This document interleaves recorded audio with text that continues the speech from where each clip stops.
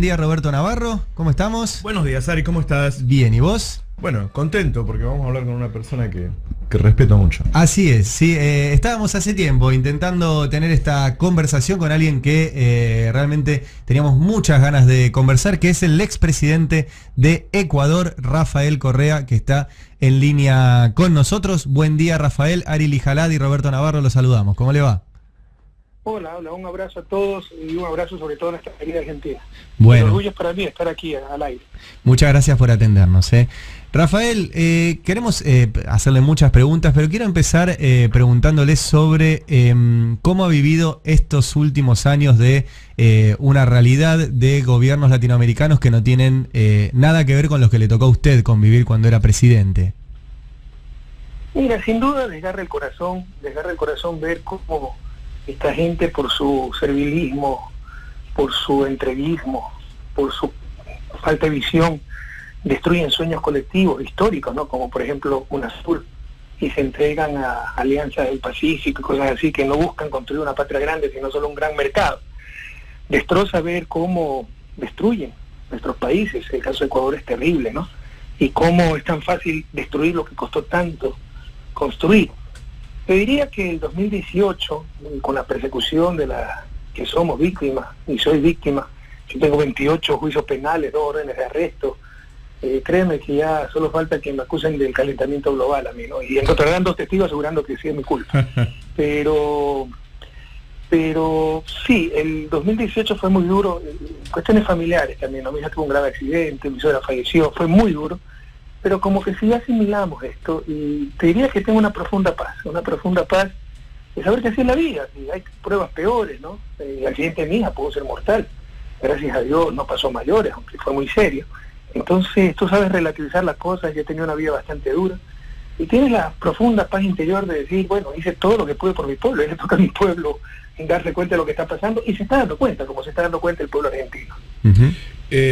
Correa, que aquí en Argentina hemos visto, atrás de la persecución sobre la oposición y sobre todo a las fuerzas populares, la mano de Estados Unidos en una alianza con la élite nacional. ¿Usted ha visto ese mismo comportamiento en otros países? ¿Son esos los protagonistas, los armadores de la persecución? Sin duda, es una estrategia regional, el lawfare. Como no nos pueden vencer en las urnas, la guerra jurídica, lawfare significa guerra jurídica, la judicialización de la política. No puede ser coincidencia, es imposible que lo mismo le pase a Lula, lo mismo le pase a Cristina, lo mismo nos pase a nosotros, le va a pasar a Evo Morales si no gana las elecciones, que yo creo que las va a ganar, le pasaría a Nicolás Maduro. Entonces, eso no es casualidad, es una estrategia muy bien pensada, largo tiempo preparada. Hay que reconocer que los gringos son pacientes y son inteligentes. Siempre han tenido la prensa burguesa, porque tú sabes que nuestras élites hablan español pero piensan en inglés cuando piensan, y la prensa pertenece a esas élites que están ahí no para defender la democracia, como siempre nos dicen, para robarnos la democracia, porque no hay democracia sin información, y lo que nos dan es manipulación, son el nuevo opio de nuestro pueblo. Quiero hacer una corrección, dije en una entrevista radial pasada que lo dijo Mao por lo de opio, me confundí, el absurdo que me lo digo Marx. El nuevo opio de nuestro pueblo, estoy parafraseando a Mao, el nuevo opio de nuestro pueblo es esa prensa. Entonces no es casualidad, ellos ya tenían siempre la prensa, y lo que hicieron fue empezar a infiltrar nuestro sistema de justicia. Con reformas no adaptadas a nuestro medio, por ejemplo la cooperación eficaz. Tienes un tipo que lo metes preso, culpable o inocente, lo amenazas con 40 años de prisión, a no ser de que acusa a Correa, a Cristina, a Lula, y le rebajan la pena a 4 meses. Ese tipo, de esa desesperación, acusa hasta a su mamá, hasta a sus progenitores. Pero no es suficiente el testimonio, hay que tener pruebas de ese testimonio, nunca llegan a ese paso. Y meten preso a Lula, a mi vicepresidente, me sacan órdenes de prisión a mí, etcétera. Entonces han infiltrado nuestro sistema de justicia, fiscales preparados en Estados Unidos que han trabajado con la DEA, becas para nuestros jueces, las visas, que es una forma de premio o castigo. Entonces esa unión del poder mediático con la cooptación de la justicia es lo que produce el lawfare, que linchan en la prensa, y lo que hacen ya los jueces es copiar lo que te dijo la prensa, ¿no? Los titulares, no se resuelven los juicios en los tribunales, sino en los titulares. Y el fin último, porque por ejemplo acá en Argentina, y lo estamos viendo en Brasil, hay un deterioro de los derechos, un retroceso en materia de derechos que en algunos casos, supera el medio siglo, como ir por la indemnización, tratar de abolir el aguinaldo. Mira, a mí me gusta ser optimista y creo que soy optimista por naturaleza, pero también soy bien realista, ¿no? Y algunas veces es cierto, el tango Cambalache, Enrique Santos Discípulo, ¿no? Aplicó al siglo XXI. El mundo fue y será una porquería. Y con la ayuda de los medios de comunicación, por ejemplo, tú le preguntas a cualquier latinoamericano, a los pobres de mi país, solo el 6% de la fuerza laboral de mi país paga impuestos a la renta. Pero tú le preguntas a un pobre en mi país si hay muchos impuestos y te va a decir que sí, porque eso le contó la prensa, que pertenece a los ricos que no les gusta pagar impuestos. Y sin impuestos no hay educación pública, no hay salud pública, etcétera. Ahora nos quieren convencer que el problema es el ser humano, que nuestros trabajadores ganan mucho y comen demasiado. Y al mismo tiempo, y te doy el caso de Ecuador, no conozco en detalle el caso, en este aspecto, el caso argentino, estamos en recesión, pero están rompiendo récord en utilidades los bancos. El año pasado lograron más de 500 millones de dólares. Hubo bancos que aumentaron sus utilidades. La economía el año pasado, 2018, creció 1%, los salarios 3%. En promedio, la utilidad de la banca creció 40% y hubo bancos cuya utilidad creció más del 70%. El más grande del país, que sostiene al gobierno, que tiene canales de televisión también, sus utilidades crecieron más del 70%. Pero el problema no es el alto costo del crédito, el problema es que nuestra gente come demasiado y se busca la flexibilidad laboral, bajar salarios reales, y te bombardea con eso la prensa. Y lo que es pura política y explotación y abuso, y gobernar en función de ciertos intereses, la gente lo toma como si fuera técnico. Eso no tiene nada de técnico. La política económica es eso, política. Y claro, no todo se puede hacer en economía, pero tampoco se tiene que hacer lo mismo en lo peor. Claro. Básicamente, la política refleja quiénes están en el poder. Y cuando aplastan a los trabajadores y defienden el gran capital, es claro que en el poder no está la mayoría del pueblo argentino, ecuatoriano, latinoamericano, sino los banqueros, los empresarios, las élites de siempre. Rafael, ¿y qué hacer? O sea, porque ahora hay, por ejemplo, en la Argentina posibilidad de que gane, cierta, Alberto Fernández. ¿Qué hacer con los medios y qué hacer con la justicia? Bueno, en primer lugar, un eslogan muy lindo, los argentinos son muy ocurridos, son geniales. El momento de votar, no hagas caso a lo que dice la televisión, sino a lo que dice, usted le llaman la nevera. Sí. Entonces, pensar cuándo vivían mejor. Pero de todos modos vienen tiempos duros, Alberto y Cristina. Entonces tienen que tener paciencia. Y sobre todo entender que nada estuviera ocurrido, ni en Argentina. Perdóname, Scioli no perdió contra Cambiemos, perdió contra Clarín. Nos han robado la democracia. Son actores políticos descarados. Entender que nada estuviera podido pasar, ni en Brasil, ni en Ecuador, si no hubiera sido por los medios de comunicación. Que no creerle nada a los medios de comunicación. Buscar informarse y a la vez formarse también. Porque el otro problema, no solo que no tenemos adecuada información, sino que por la falta de buena educación para grandes mayorías no hay capacidad crítica. Te dicen cualquier barbaridad. 70.000 millones en corrupción dijeron en Ecuador. 70.000 millones es el promedio de PIB que tuvimos en los 10 años. O sea, 100% se fue en corrupción, es imposible. Pues la gente, primero, no tiene la información y segundo, no tiene la formación para criticar eso y para pedir pruebas, ¿no? Entonces, a tener paciencia, porque Alberto y Cristina van a gobernar para la grandes mayorías, pero va a tomar tiempo por la destrucción que han hecho Argentina. Y segundo, no creerle nada en los medios. Eso es lo inmediato. Lo inmediato, o sea, sí, yo creo que hay un desafío planetario, no solo latinoamericano, es reformar los medios de comunicación. Mientras los medios de comunicación sigan siendo máquinas de manipulación, no habrá verdadera democracia. No es que apuntan a la democracia, nos roban la democracia. Y desde que se inventó la imprenta, la libertad de prensa y la voluntad del dueño de la imprenta, eso pasa por cambiar la propiedad de los medios de comunicación a propiedad pública, con control ciudadano, propiedad comunitaria, pero no el fin de lucro, además que ni siquiera son rentables. Lo que buscan es el poder que dan los medios de comunicación. Mira, a mí me interesa mucho este tema, estoy escribiendo, podríamos hablar 2 horas de esto, ¿no? En lo inmediato te insisto no creerle, ser muy escéptico con esos medios de comunicación burgueses, pero se necesita una reforma planetaria, porque el problema es planetario, claro, mucho más grave en regiones como América Latina, que tiene que buscar reformar la forma de propiedad, la forma de comunicación de los medios de comunicación, la forma de comunicar en una sociedad moderna. Si no, vamos a seguir siendo presas, prisioneros, rehenes de esa prensa propiedad de las élites. ¿Vos pensás que aquí Alberto y Cristina deberían buscar algún tipo de regulación con la prensa, algún tipo de marco regulatorio? Bueno, sí, con la ley de comunicación que estos sinvergüenzas pararon en Ecuador. O sea, no la derogaron porque era orden constitucional, pero le quitaron lo esencial, ¿no? Es como decir, vamos a andar en bicicleta y te quitaron la bicicleta. Pero claro, no, de todos modos está el título. O sea, entonces volver a retomar que además no eran leyes de medios, eran de comunicación, se ponían salarios básicos para el fotógrafo, el camarógrafo, el reportero, exigencias académicas. Perdóname, tú no te vas a operar de un médico que no tiene título de cirujano.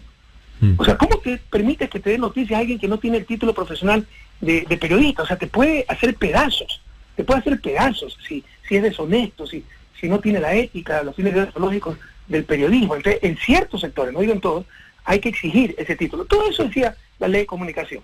Y obviamente defender los derechos no del gobierno, ciudadanos. El derecho a la defensa, que antes lo hacían, te lo daban si le daba la gana. El derecho a la rectificación de una noticia falsa. Antes, si reclamabas por una noticia falsa, te sacaban 10 noticias falsas más para darte la lección, enseñarte que ellos son los que mandan. Bueno, hemos vuelto a esos tiempos. Hay que retomar esa ley de comunicación, pero yo creo que hay que ir a cuestiones mucho más drásticas, ¿no? Y estas son cosas revolucionarias que, bueno, si las dice Obama, le dan el premio Nobel, si la dice Correa, me mandan al manicomio. Pero, por ejemplo, los jueces, la justicia, algo tan importante en un país, ¿no? Tiene que ser independiente, pero tiene que ser pública, no puede ser privada. Algo tan importante como la comunicación, tiene que ser independiente, pero puede ser privada, con fines de lucro, pueden ser negocios, cuando la comunicación es un derecho. Todo eso tenemos que reflexionar, compañeros. Rafael, ¿le da esperanza el triunfo de Alberto en Argentina como para que eso se irradie en otros países de América Latina? No solo da esperanza, es un huracán de esperanza. Mira que es una lección enorme que no aprenden, ¿no? Porque en lugar de entender la realidad argentina, acrecentan mucho más la represión en mi país, pero es la muestra de que 4 años de discurso único de la prensa, tratando de destruir a Cristina, el kirchnerismo, tratando de hacer héroe al villano y al villano héroe, de echar lodo con ventilador. Si el guardián de un ministerio robó una llanta, la culpa es del presidente y es corrupto y todo el gobierno era corrupto.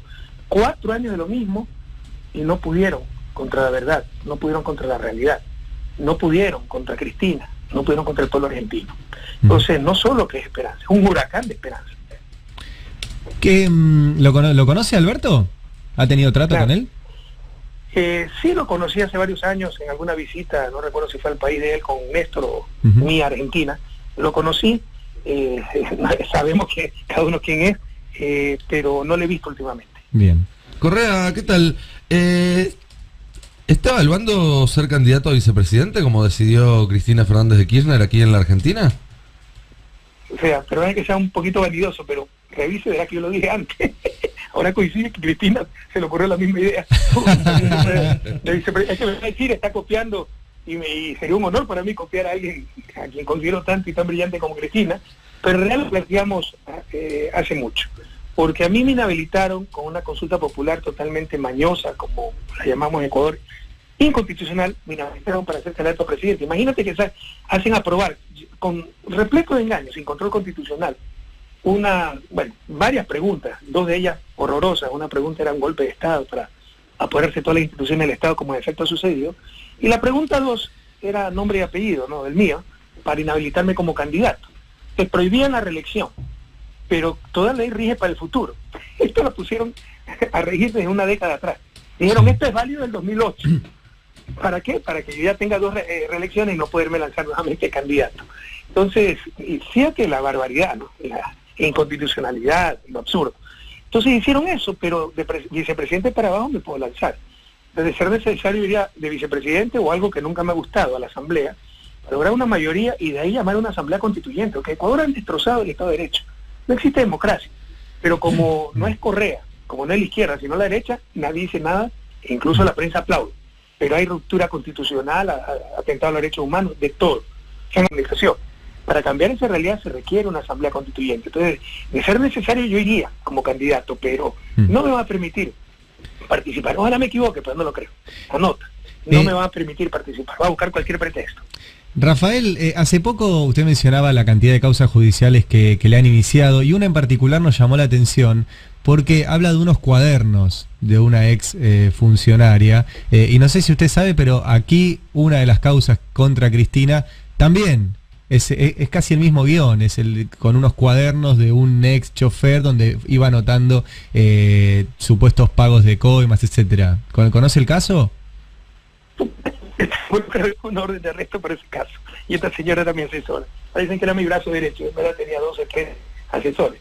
En todo caso, mira, yo me levanto cada día para ver qué nueva acusación me ha presentado. Tengo 28 causas penales, ¿no? Más que Pinochet, el Chapo Guzmán, toda esa gente juntos, ¿no? Sí. Entonces, ya piensan acusarme también del incendio de Notre Dame, y han conseguido 2 testigos además. Entonces, ya es una payasada, ¿no? Pero el último caso fue este caso penúltimo, ¿no? Porque ya me están acusando del 30F que ordené dispararme a mí mismo. Fue cuando en el 2010 quisieron darme un golpe de Estado. Sí. Entonces, aquí, primero empezaron con que Odebrecht puso presidente. Nunca vincularon a Odebrecht. Luego dijeron arroz verde o nuestro color verde, y ahora dicen que son sobornos para hacer creer que hubo algo de ilegal. Que probablemente hubo alguna infracción electoral, ¿no? Un financiamiento de campaña no declarado, pero son infracciones electorales, no tiene nada que ver con penales, pero se inventaron sobornos. Y como prueba del soborno, apareció un cuaderno, ni siquiera son originales, ¿no? Porque el mismo libreto que en Argentina, de esta señora que la metieron presa, como te decía, o decía en una entrevista anterior, te meten preso, te amenazan con 40 años de cárcel, a no ser que denuncies a alguien a un pez gordo y denuncies a tu progenitora, ¿no? Sí. Con tremenda presión. Entonces, apareció ese cuaderno diciendo: hoy día vino Alexis Mera a mi oficina a retirar unos sobres. Se dio tal, pero hasta con centavos, listas, hojas enteras, no estamos hablando de 2, 3 cantidades, lo cual ya significaría una memoria prodigiosa, pero estamos hablando de hojas enteras, 60, 70 cantidades con centavos, escribiendo siempre en tiempo presente. Hicieron creer que era la bitácora de esta señora de los sobornos, financiamiento ilegal de campaña recibidos del 2012 al 2014. Cuando enseguida dijimos eso es falso, vamos a llamar a un perito internacional porque hay pruebas para ver la antigüedad de la tinta, en su última versión esta señora dice, no, yo no lo escribí en el 2013, 2014, cuando recibía, lo escribí en el 2018, noviembre, incluso dijo el 2018, en un vuelo Guayaquil-Quito, ese vuelo demora 25 minutos por una inspiración que tuve. Y habla en presente y da las cantidades hasta con centavos. ¿Quién puede creer esa barbaridad? En realidad, esta señora lo escribió una vez que la metieron en prisión en mayo, en contubernio con la fiscal, que es una corrupta, ¿no? ¿Para qué? Para poder acusarnos de algo. Cuando vieron que se venía el peritaje, entonces dijeron, no, lo escribió a final del 2018, lo cual tampoco es mentira. También es mentira, perdón. Es en mayo del 2019 que lo escribió estando preso. Pero esto es una gran farsa, esto es un fraude procesal. Es impresionante, Rafael, porque nos está contando el caso de Cristina. Es igual. Es el mismo libreto, ni siquiera son originales. Pero con la prensa corrupta ocultan todo, ¿no? Y lo hacen pasar como que... Odebrecht pasó en 12 países. Es el caso de corrupción tal vez más sofisticado de la historia. El propio FBI dijo que si las delaciones hubiera demorado 100 años en descubrir la corrupción. Pero en cada país te hacen creer, o sea, si les conviene a la prensa, todo fue culpa del gobierno, que era cómplice, que todos somos corruptos. Yo no conozco a nadie de Odebrecht, me caía mal Odebrecht, por diferentes factores, ¿no? Nunca vi a alguien de Odebrecht, al menos en mi oficina, no sé si en alguna hora, jamás lo recibí, nada. Pero ahora resulta que soy cómplice de Odebrecht, porque eso vende, ¿no? Como el marketing de la corrupción, porque hacen de esto un marketing, ¿no? La lucha contra la corrupción, todo es un show. Entonces, te decía que ni siquiera son originales, pero con la prensa te diversan cualquier cosa. ¿Y usted piensa que, por ejemplo, tomando el caso argentino, en donde hay un triunfo tan amplio, se espera que gane por más del 50%, esa fuerza popular, esa fuerza política puede derrotar a este Lofer? Por supuesto, del poder se puede hacer mucho más, ¿no? Y eso es una lástima lo que te digo. Por ejemplo, una de las grandes críticas de la prensa corrupta en mi país, que son, en verdad, sicarios de tinta y sicarios con micrófono, ¿no? Mira, si yo declaraba una campaña contra el dengue, contra el paludismo, la prensa defendía los mosquitos, creen. O sea, ya era irracional, que el anticorrismo descerebra. Entonces es destruir por destruir, es con tal de hacerle contra a Correa. Entonces, yo hice una reforma judicial aprobada en consulta popular, muy importante, donde los jueces empezaron por primera vez en su vida a ganar por concurso, no por argollas. Pregúntale a los jueces. Yo no conozco a un juez de la Corte Nacional, pero le hicieron creer al pueblo ecuatoriano que habíamos puesto los jueces a dedo, que dominaba la justicia. Entonces ahora eso le sirve de argumento ante esta persecución, cuando decimos los jueces no están actuando bien, pero si son los jueces que usted mismo pudo. Si yo los hubiera puesto, no estaría sufriendo lo que estoy sufriendo. Pero además, no pueden ser los jueces en condiciones normales, pero cuando tienes la presión política, cuando tienes el linchamiento mediático, los jueces son seres humanos, pues se mueren de miedo, y no estás en Suiza, ¿qué garantías tienes? Entonces, si es que no hacen lo que dicen los titulares de los medios, ya ha pasado. Jueces que han actuado en derecho, y la misma fiscal, les han mandado a investigar, les han revisado cuentas, los periódicos les han sacado su vida personal, todo, destrozarlo, aplastarlo. Entonces, claro, un juez honesto tiene que hacer lo correcto ante cualquier costo. Pero bueno, tampoco se puede pedir todo del promedio de juez latinoamericano, ¿no? Entonces, ceden los jueces. Pese a que en circunstancias normales podrían ser buenos jueces. Si es que gana Cristina, si es que ganan gobiernos honestos, esa presión sobre la justicia puede parar y puede volver a ser independiente y todo cambia. El lawfare se soluciona cuando cambia la situación política, no es un problema judicial, es un problema político. Usted dice que si gana Alberto y Cristina, o en el caso de Ecuador, si gana una fórmula que usted integre, ¿se puede cortar con esa influencia de Estados Unidos? No la influencia de Estados Unidos. Esta gente tiene tentáculos por todos lados, no la infiltra en todos lados. Se puede limitar eso, y lo que estamos hablando y contestando yo directamente era si puede cambiar la situación del lawfare, sí, no por la influencia de Estados Unidos, sino por la presión sobre los jueces. Claro, quitando esa presión sobre los jueces, que actúen derecho, porque los juicios que tenemos en Ecuador son imposibles en un Estado de Derecho. Oye, yo tengo mi secretario de comunicación acusado por un contrato de $600. ¿Quién nunca firmó? De $600. Mi ex canciller, Ricardo Patiño, tal vez ustedes lo conozcan, por un discurso que dio en una reunión partidista al interior, diciendo hay que hacer una resistencia combativa, llamado a la violencia, orden de prisión. Tengo el secretario, el superintendente de comunicaciones, al cual odiaban los medios de comunicación, con orden de prisión por un folleto que hizo, hizo la superintendencia, no lo hizo él, en que se equivocaron el artículo de ley, un error de tipeo, artículo 3, puso artículo 4, falsificación ideológica, orden de prisión. Se ha pedido orden de prisión por mal uso de los aviones presidenciales, porque no hubo la lista de pasajeros. Sí. O sea, cuando eso lo maneja la Fuerza Aérea, ¿no? El secretario, a mí, o sea, ya es desquiciado. Mi vicepresidente, o sea, va a cumplir 2 años, y el vicepresidente reelecto, le robaron la vicepresidencia, por eso lo metieron preso. Va a cumplir 2 años en prisión, no le han descubierto un solo centavo por la delación de un corrupto de Odebrecht, al cual ni siquiera acusaron.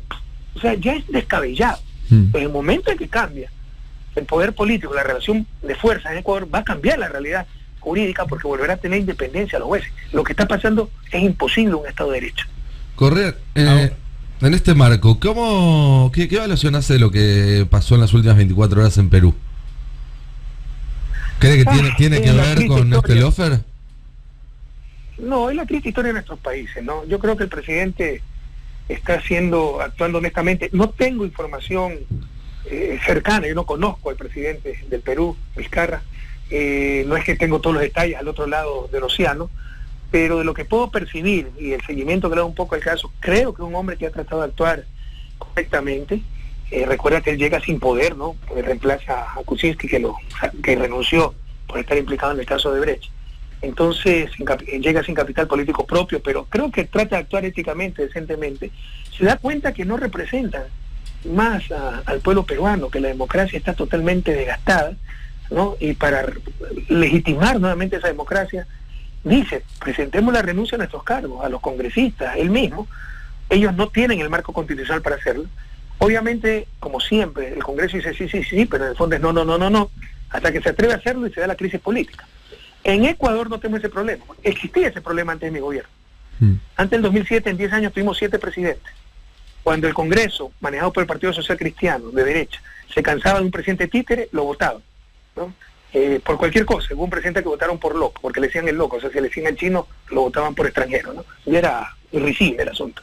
Para evitar esos rompimientos constitucionales frente a crisis reales que pueden darse, y que se dieron en el Ecuador, se puso lo que se llama la muerte cruzada, que la Asamblea con 2/3 puede anticipar elecciones, o el presidente puede llamar a elecciones anticipadas si hay una crisis política muy grave. Pero en ese caso, todos ponen a disposición sus cargos, presidente y legisladores. Eso no existe en Perú. Trataban de buscar una salida a la crisis política.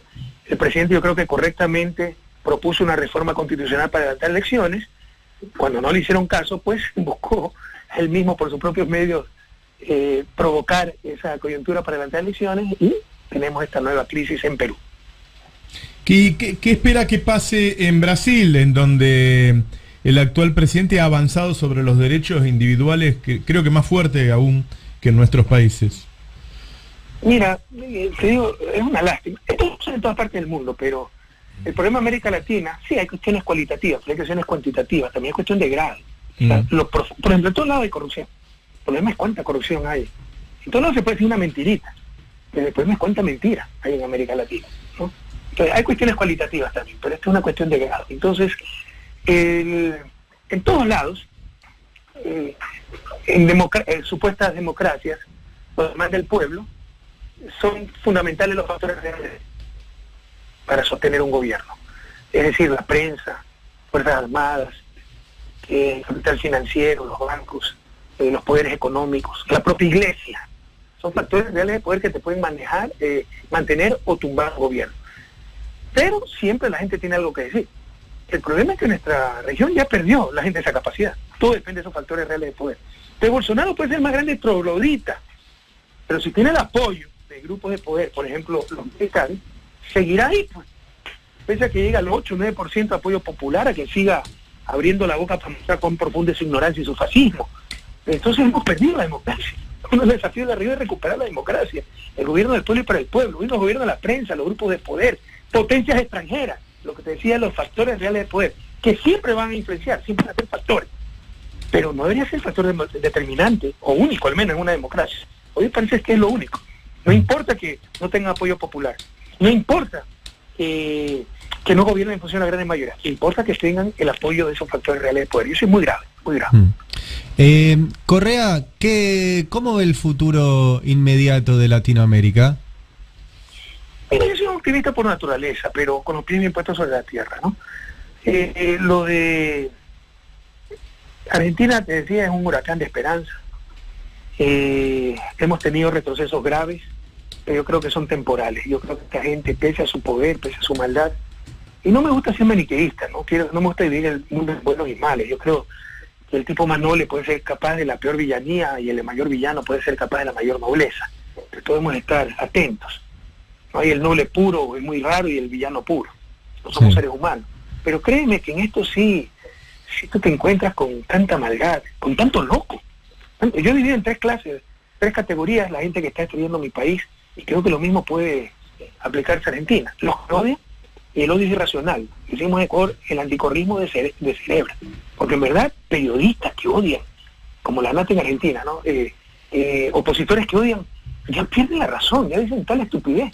A mí me estaba acusando por el 30S cuando casi me matan, prácticamente que yo ordené disparar contra mí mismo. O sea, ya es irracional. Entonces, están los que odian, están los que temen. Ya el miedo no es tan irracional, sí. Le tenemos a Borrego que si viene nos barre. Así que hay que pedirle que sea presidente. ¿Ya? Y están los amorales. Porque para ellos, yo los llamo, practican la ludopatía política, es un juego la política. Cuánto ganar, de acuerdo a coyuntura, yo soy más sabido que el resto. Y aunque sé que después voy a perder, y sobre todo, sé que el país se inmoviliza con esos jueguitos políticos de quién gana, quién pierde, de acuerdo a coyuntura, no solo eso. Entonces mañana probablemente después de haberme insultado, perseguido, me llamarán para llegar a un acuerdo, porque ya ven que van a cambiar los vientos, ¿no? Entonces,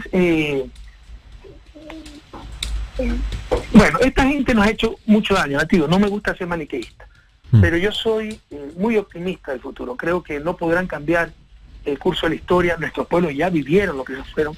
No logramos hacer todo, logramos hacer mucho, esa es otra cosa, ¿no? Antes a los gobiernos les decían por qué no hicieron algo. A nosotros nos decían por qué no hicimos todo.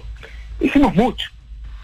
América Latina no ha tenido una época de mayor prosperidad, justicia, dignidad, unión, que del 2002 al 2014. 90 millones de latinoamericanos salieron de la pobreza.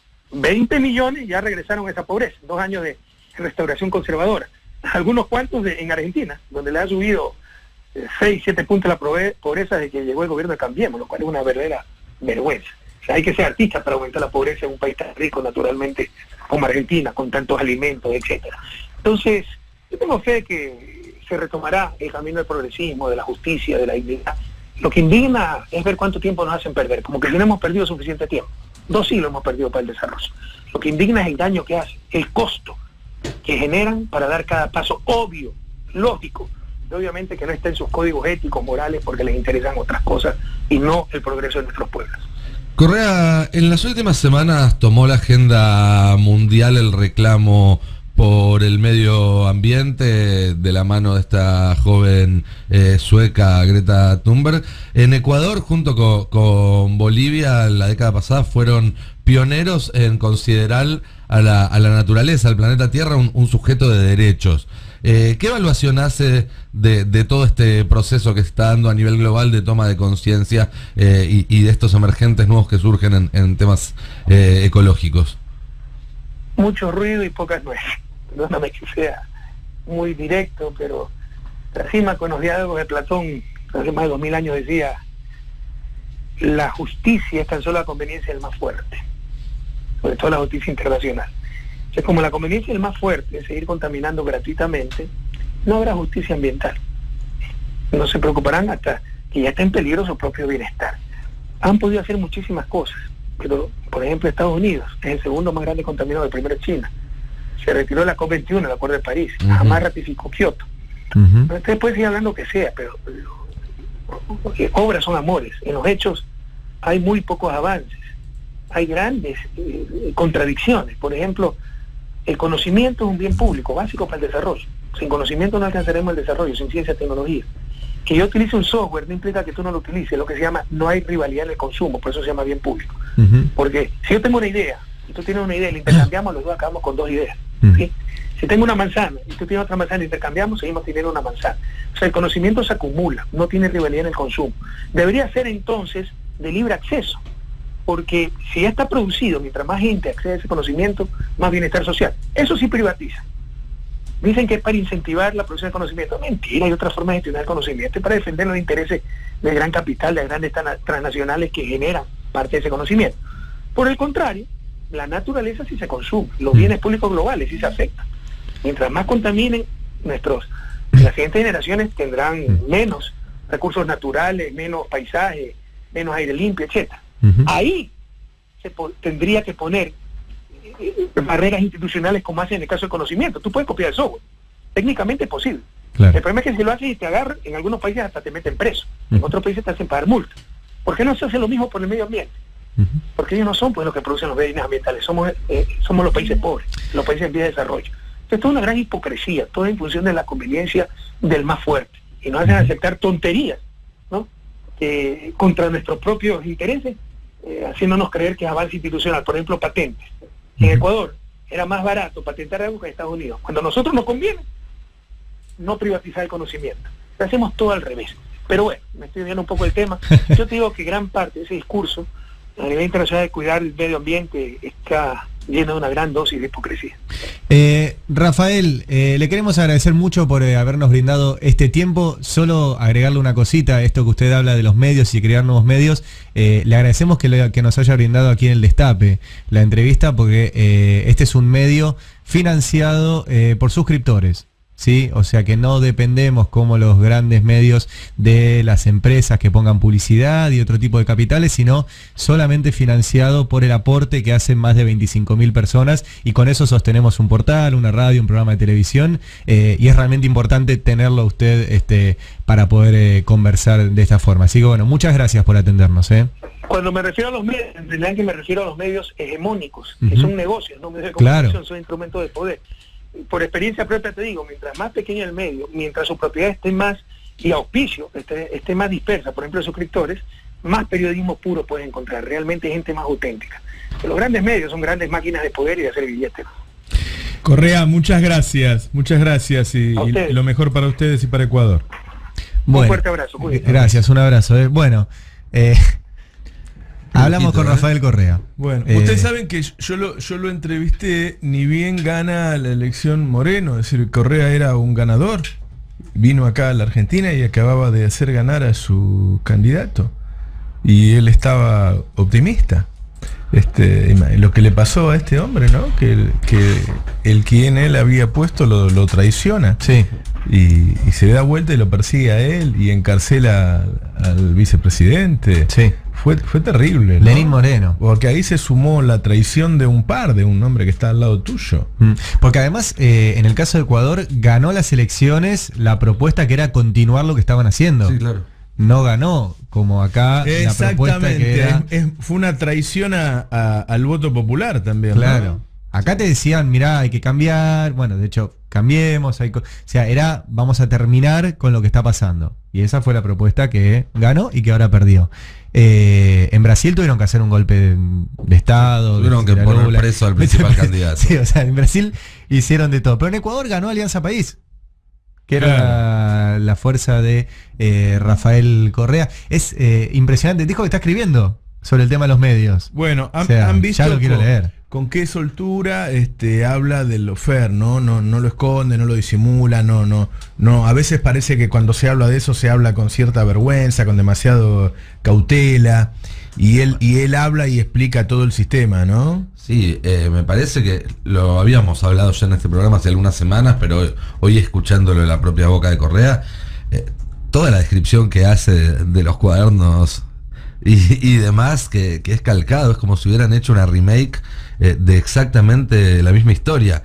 A los que tenían algún tipo de duda sobre la naturaleza regional de este proceso, creo que Sí, ya está, no hay mucho más que mostrar.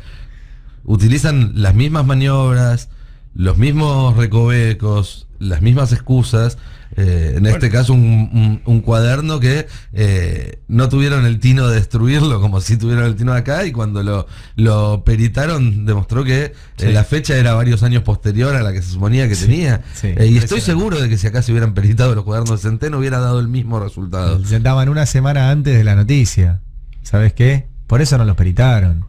Vos sabés que Correa pasaba economía política los domingos en Ecuador para que los ecuatorianos vean lo que estaba haciendo Macri acá. Y bueno, él ganó, ¿sí? Cuando nos conocimos él me dijo, yo te conozco porque te veo los domingos allá en Ecuador, porque te pasamos para que los ecuatorianos vean qué te puede hacer la derecha. Genial. Ahora, digo, qué rebuscado que es todo esto, que aún ganando, los tipos terminaron haciendo lo mismo. Claro. Entonces, ¿cuántas formas distintas puede tener, no? El golpe de Estado, como en el caso de Dilma, el encarcelamiento de Lula, en este caso la traición, o en Argentina, donde los tipos lograron ganar la elección. Recién hablábamos de algo que es lo que se discute ahora. Bueno, el lawfare se termina con un amplio triunfo. Y uno puede decir, bueno, la verdad es que la persecución a Cristina empieza después del 54%. Sí, claro. Sí, empieza con el levantamiento del campo. Y ahí es donde Clarín ataca muy fuerte a Cristina y había ganado 3 meses antes, una cosa así. Sí, sí. ¿No? Sí. Y otra pregunta, ¿se negocia con ellos?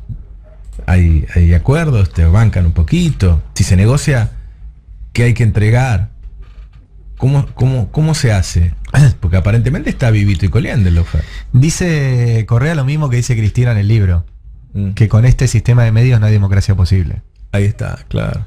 Igual lo de Moldes ayer es un gesto. ¿Lo entregaron a Moldes? Es un notición. ¿Lo entregaron, no? Es un notición. Yo tenía la información de que se iba, pero no tan rápido.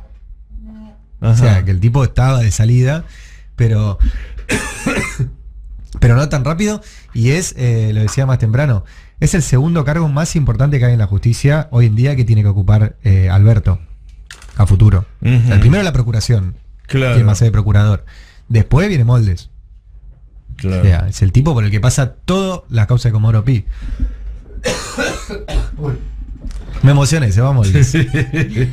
Y sí. ¿Qué día hoy? ¿Se va Moldes? ¿Hablaste con Correa? Ya está, me voy a dormir. Recordábamos hoy antes de empezar el programa, porque dentro de los golpes y los intentos de golpes que hubo en Latinoamérica, hubo uno contra Correa, sí, claro, que fue un levantamiento policial, en donde a él lo balearon, y el tipo sale del lugar donde está refugiado, se abre la camisa y les pone el pecho. Cruza toda la plaza. Tiene unas pelotas el tipo que... Tremendo. Y me pareció interesante esto que decía, que le preguntó a Nico sobre la cuestión ambiental, porque la propuesta es discutir la riqueza y no la pobreza, ¿no? E ir por el lado de no las responsabilidades individuales y lo que cada uno o cada una hace, sino de verdad pensar como a los poderosos y no que se trata de una cuestión de una sola persona para cambiar la situación ambiental, ¿no? Y un punto clave que no se puede escindir el debate sobre el futuro del medio ambiente de la distribución de la riqueza en un planeta en el que el 1% es dueño de la mitad de todo. Total. Bueno, un lujo.